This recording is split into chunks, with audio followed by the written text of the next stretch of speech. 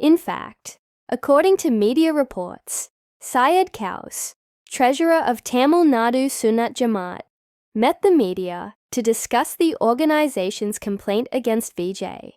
He reportedly said, "Muslims were insulted in the iftar program, organized by Vijay.